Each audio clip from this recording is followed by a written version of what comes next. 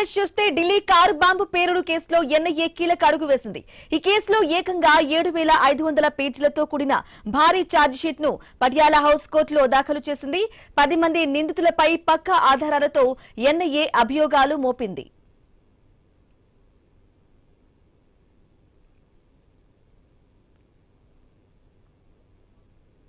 ఇక 2025 నవంబర్ 10న ఎర్రకోట సమీపంలో ఉగ్రవాదులు నరమేధం సృష్టించారు. కారు బాంబును పేల్చారు. ఈ ఘటనలో 19 మంది అమాయకులు ప్రాణాలు కోల్పోయారు.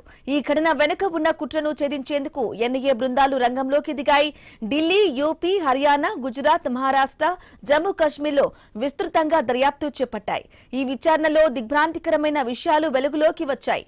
ఆపరేషన్ హెవెన్లీ హింద్ పేరుతో దేశంలో అస్థిరత సృష్టించేందుకు ఉగ్రవాదులు అతిపెద్ద స్కెచ్ వేసినట్లు ఎన్ఐఏ గుర్తించింది.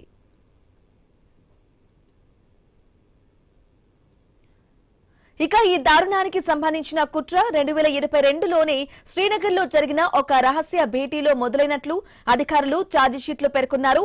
మొత్తం 11 మందిని అరెస్టు చేశారు.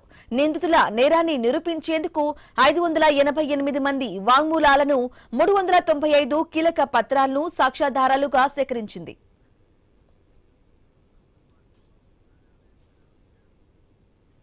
ఢిల్లీ కారు బాంబు పేలుడు కేసులో ఎన్ఐఏ కీలక అడుగు వేసింది. ఇక ఏకంగా 7,500 పేజీలతో కూడిన భారీ ఛార్జిషీట్ అయితే విడుదల చేసింది, దాఖలు చేసింది. ఇదే విషయానికి సంబంధించి పూర్తి అప్డేట్ మా ప్రతినిధి రత్నకుమార్ ఫోన్ ద్వారా అందిస్తారు. Ratnakumar, Delhi red fort car bomb పేలుడు కేసులో ఎన్ఐఏ ఛార్జిషీటు దాఖలు చేసింది. మొత్తం 10 మంది నిందితుల పైన 7,500 పేజీలతో కూడిన ఛార్జిషీట్ ను దాఖలు చేసింది. పటియాలా హౌస్ కోర్టులో ఛార్జిషీట్ ను ఎన్ఐఏ దాఖలు చేసింది. 2025న జరిగినటువంటి ఇన్సిడెంట్ కు సంబంధించి నవంబర్ 10వ తేదీన ఈ పేలుడు ఘటనలో మొత్తం 11 మంది చనిపోయారు.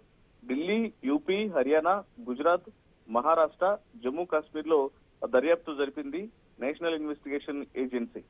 దాదాపు 588 మంది వాంగ్మూలాలు, 395 వరకు కూడా ఏదైతే ఈ యొక్క ఇన్సిడెంట్ కు సంబంధించినటువంటి కీలక పత్రాలను సేకరించింది. 2022లో శ్రీనగర్ లో రహస్య భేటీ నిర్వహించినట్లు గుర్తించారు.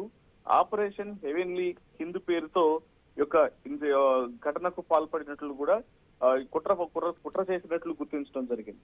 ఇప్పటి వరకు ఈ కేసులో 11 మంది నిందితులను ఎన్ఐఏ అరెస్ట్ చేయడం జరిగింది. దీనికి సంబంధించి ఈ ఛార్జ్ షీట్ ను దాఖలు చేశారు. Right Ratnakumar, thank you for the updates.